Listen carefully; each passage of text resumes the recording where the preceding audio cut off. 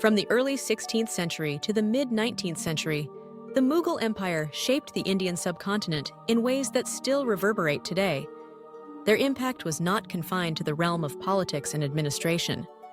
Instead, the Mughals left an indelible imprint on art, architecture, language, cuisine, urban planning, and even the very fabric of India's pluralistic society. The story of their legacy is one of both grandeur and complexity, a chapter in history marked as much by synthesis and innovation as by the inevitable tensions of empire.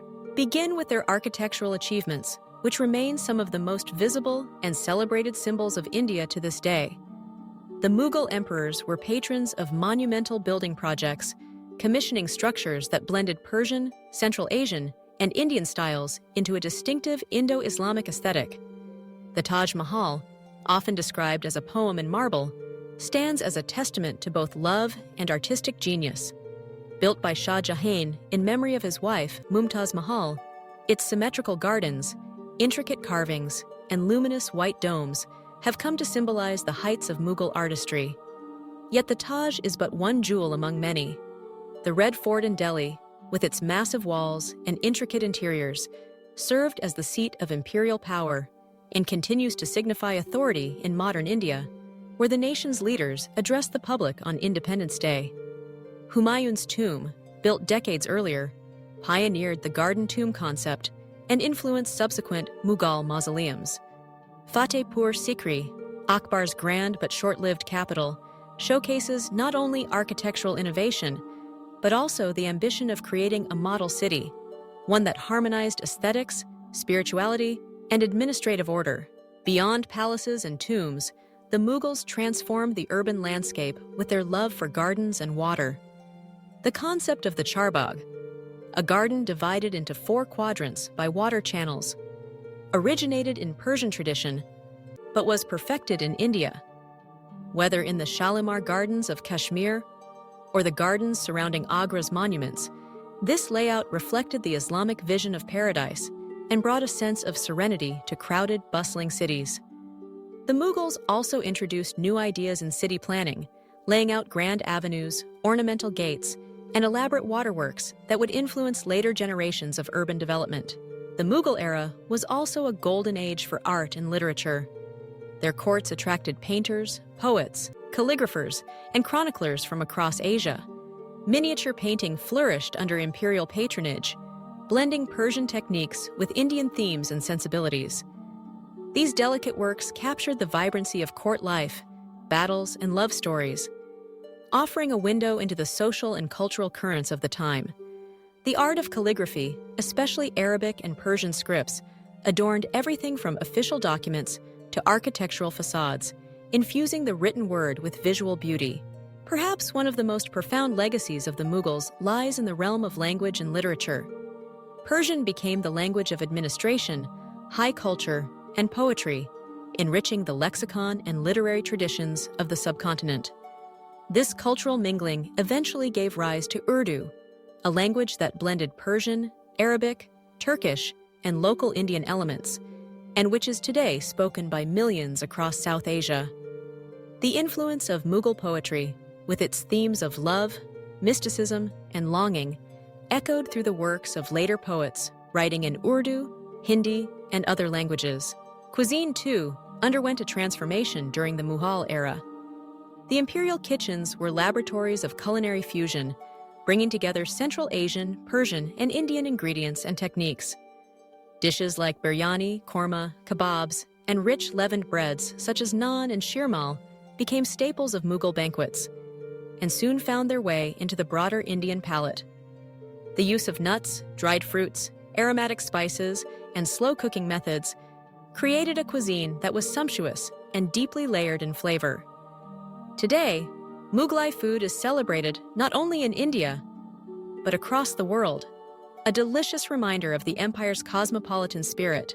At the heart of the Mughal legacy lies the idea of syncretism, a deliberate blending of different cultural, religious, and intellectual traditions. Akbar, the third emperor and one of the most admired rulers in Indian history, exemplified this ethos. He encouraged dialogue between Hindu, Muslim, Christian, Jain, and Zoroastrian scholars at his court, seeking common ground and mutual respect. Akbar's policy of sulh-i-kul, or universal tolerance, allowed for the participation of people from diverse backgrounds in the administration and fostered an environment in which art and ideas could flourish.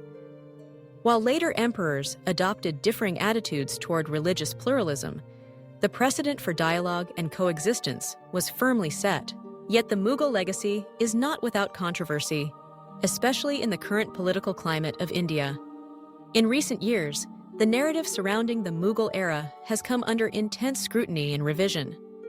The ruling Bharatiya Janata Party, BJP, and associated Hindu nationalist groups have sought to recast Indian history in a way that emphasizes ancient Hindu civilization and downplays or even vilifies medieval Islamic influences, including those of the Mughals.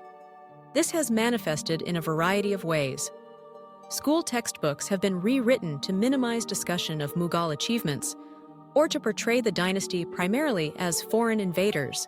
Streets, cities, and even railway stations named after Mughal rulers have been renamed to reflect Hindu heritage, and public rhetoric often frames the Mughal period as one of oppression rather than cultural synthesis. This contestation of history is not merely academic. It has real consequences for how Indians understand their own identity. India's culture is, in truth, a palimpsest, a layered tapestry in which ancient Hindu traditions coexist with Buddhist, Jain, Islamic, colonial, and modern global influences. To erase or diminish the Mughal contribution is to risk distorting this rich complexity. The monuments they built, the languages they nurtured, the foods they popularized, and the ethos of pluralism they fostered are all integral threads in the fabric of Indian life. Consider the very names of places. Cities like Allahabad have been renamed to Prayagraj, and roads named after Mughal emperors have been rechristened to honor local or Hindu heroes.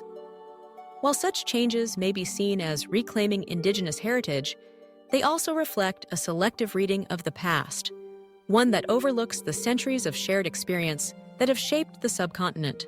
Similarly, the content of school textbooks has become a battleground. In some states, chapters on Mughal rulers have been condensed or removed, and their achievements glossed over. Critics argue that this deprives young Indians of a nuanced understanding of their own heritage and promotes a monolithic view of history. The reality is more complex. The Mughals were both conquerors and assimilators, rulers and patrons, outsiders who became insiders over generations. They adopted Indian customs, married into local families, and invested in the land they ruled. Their story is not one of simple black and white, but of evolving shades of gray. Political rhetoric, too, often simplifies the past. The depiction of the Mughals as mere invaders ignores the ways in which they were transformed by India, and in turn transformed it.